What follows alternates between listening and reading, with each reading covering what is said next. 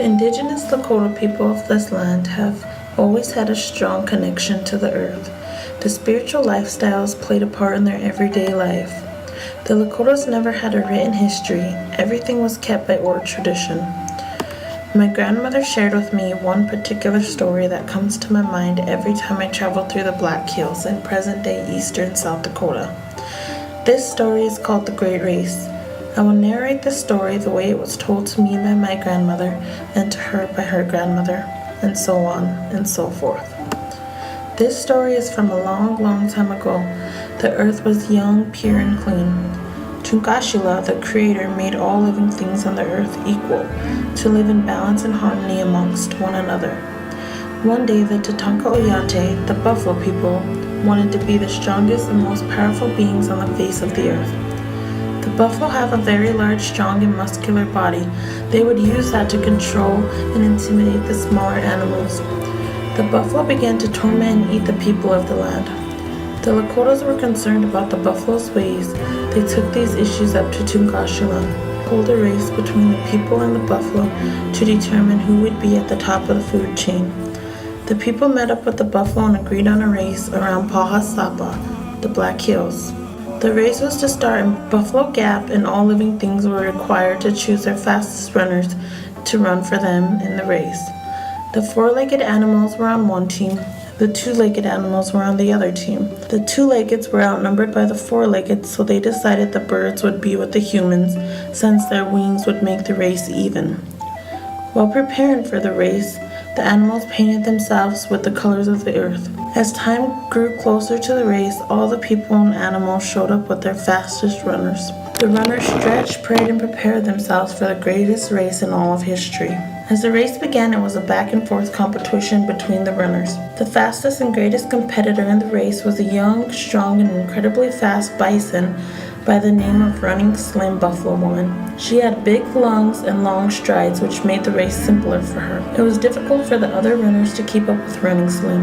In the end, everyone knew that she would win the race. Throughout the race, many runners had fallen. They were tired, sore, and hurting. The race was so challenging that some of the runners were puking blood. Many of the people's feet and animals' hooves were bleeding from the rocks and earth beneath them.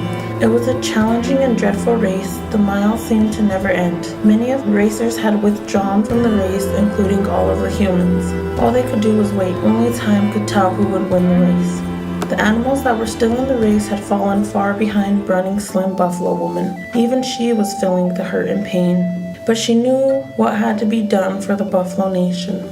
Nearing the end of the race, Running Slim kept running and running. The beat of her heart was pounding so hard it was said to have been heard off far in the distance. She started to slow her pace, knowing the other racers were far behind her. In that moment, a determined little magpie was gaining on the buffalo. She was forcefully flapping her wings, coming closer inch by inch to the bison. The magpies are not known for their speed, but something in the heart of this one was a change in nature. The magpie pushed herself to flap her wings past all the pain and through all the hurt. As she soared faster and faster, she could see Running Slim coming closer and more near in her sight. She flew far enough to catch Running Slim Buffalo Woman's back hump. The hump on a buffalo is a very thick layer of fur, so thick that Running Slim did not feel the magpie as she rested her exhausted low body on the buffalo. Running Slim continued to run in the direction of the finish line. She too was drained from the long journey. As she drew near the finish line, she took a look at the trail behind her, realizing that no other being was in sight.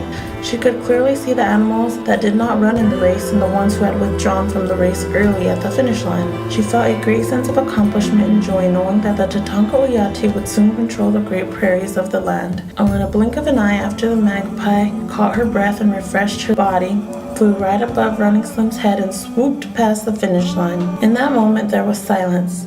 The creatures of the land were in amazement as they watched the magpie win the race. The people and the birds cheered with pride and joy. The magpie changed history as we know it. Tunkashila awarded the magpie and her people with a great medal, one they still have today. The beautiful and colorful wings on a magpie are the reward symbol for winning the race. The that won the race chose for the people to lead the land. She requested for them to keep the earth in equal balance and harmony.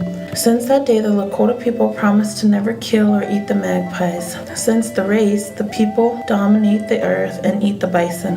The bison now roams the prairies eating the grass. Tunkashila wanted the people to forever remember the great race, for that it was the greatest race in history. The Creator preserved the shed blood of the runners in the land of the Black Hills. Today it can be seen while driving through the Black Hills and Badlands of South Dakota. Off in the distance there is a reddish, orange-like color of soil that fills the land. This will forever remind the Lakota people of the great race and the strong, little-hearted magpie who won it. The Lakota will strive to keep their promise of balance and harmony amongst all plants, animals, and people within the earth. The Lakota people of today strongly believe that if we lose our language and culture, we can never get it back. It's that same belief that encourages the natives to learn all they can about who they are and where they come from. It's that same belief that impacts my thoughts and actions to pursue my self-identity as a Lakota woman. I am determined to learn my culture and language so that one day I can teach it to my grandchildren and they can teach it to their grandchildren, and so on and so forth.